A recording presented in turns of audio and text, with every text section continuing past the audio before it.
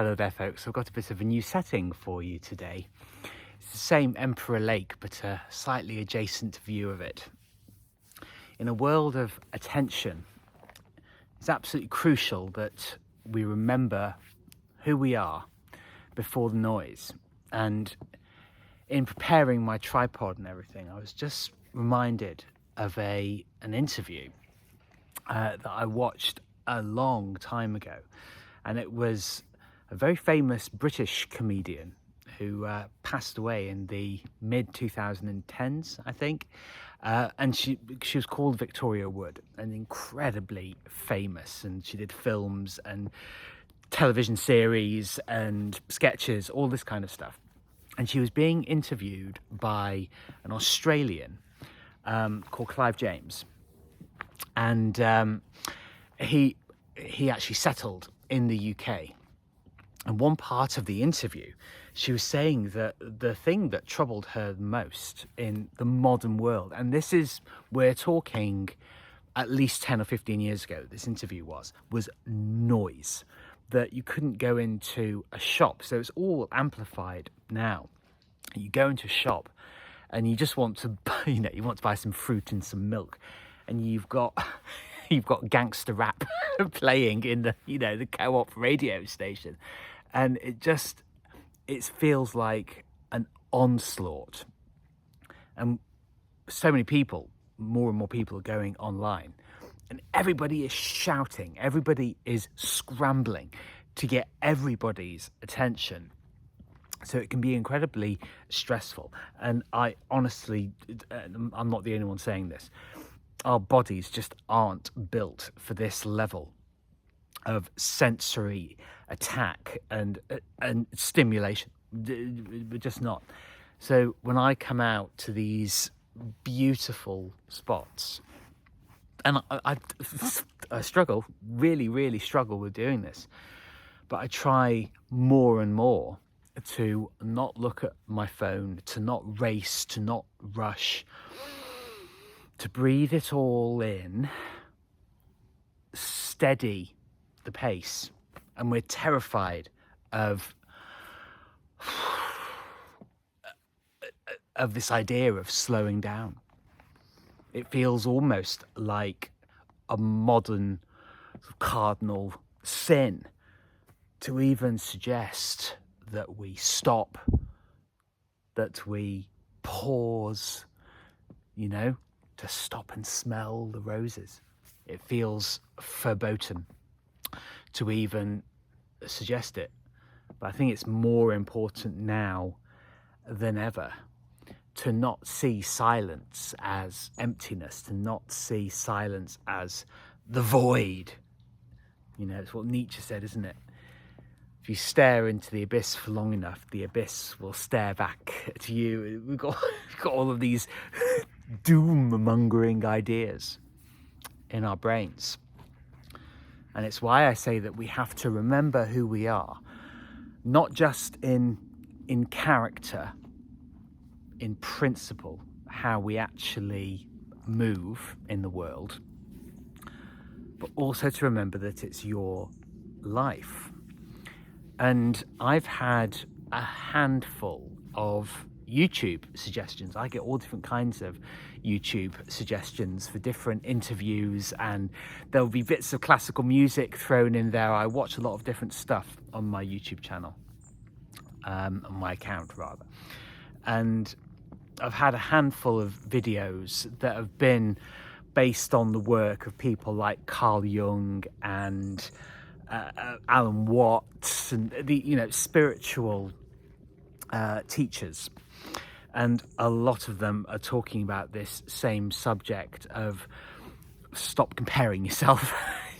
Realize, as I was saying on a video fairly recently on my Instagram, saying that there is a pace to the universe, and there is your path and there are other people's paths, and the thing is they're constantly colliding all over the place, and it can be so easy to think that you're failing, that that you're hopeless and that you're useless and that you're disorganized. Well, yeah, but we have these ideas in our heads saying, oh God, we're so lazy, I could be doing so much more. But then when you actually think about your day and you think of all the things that you've done, you are so far from lazy. But we inflict, you know, these psychological wounds on ourselves all the time. And I think there's a terror, genuine terror about silence, because if we sit there and we just allow our minds to wander, that we're terrified of what thoughts are going to come up. And the thing is, they do. The thoughts never, ever stop. You have to understand that. When we're talking about meditative states, it's not about stopping thoughts, it's about observing them. It's about realizing what's going on, all the scripts that are running basically 24 hours a day, 7 days a week, 365 days of the year for our entire lives. The thoughts don't vanish. They're meant to be there. We're recording absolutely everything that's happening. We're recalling things that have happened, and we're preparing ourselves for things that may never actually come. It is a relentless process. And my biggest pull is one of peacefulness, of wanting to be actually able to live in the world peacefully. And with the videos that I've been suggested, there's a huge emphasis as well that people have been talking about for years and years and years, of gratitude. Actually observing all the things that you are really grateful for, the blessings in your life, the things that you've already done that you're proud of, the great achievements that you've already had.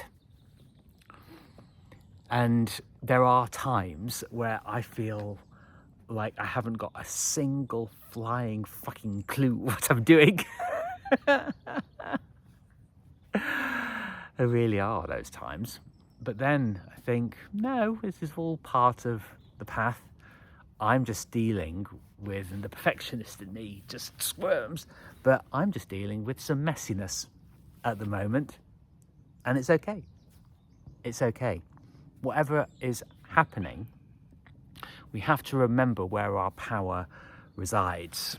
And it's not in comparing yourself to other people. It's not thinking that other people have all of the answers, because the reality is that they probably don't either. They're probably having exactly the same panics and existential crises as you are. But just to understand that everything is an unfurling, everything is a becoming, and while you are living your life on a day-to-day basis, you're getting as much of the important stuff done as you can, but doing it as freely as you possibly can. And there are political announcements all the time of surveillance states, and here in the UK the announcement of digital ID, and it's all of it is designed to corral people, to terrify people, to scare people into behaving in particular ways.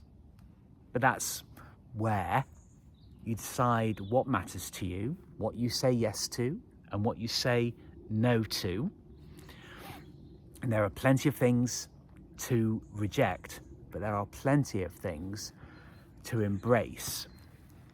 And I learnt recently, well, I was reminded actually, my dad had told me this in the past, but I had forgotten it, that during the Second World War, my dad's dad had actually worked in the bomb disposal unit. And I'm thinking, my God, he's just so brave. Just went into fields and just picked them up. And I just think we've got that in us.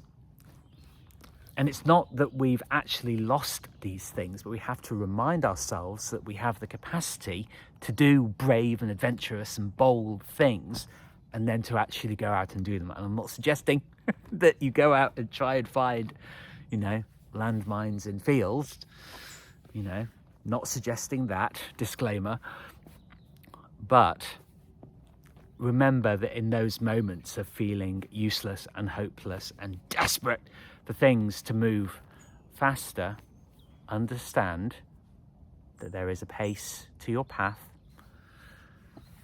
that you have your purpose, and you have the power in your hands to achieve whatever you want. Thank you very much for listening. Please do like and subscribe and share to spread this very important message. I look forward to seeing you on the next video. Ciao for now.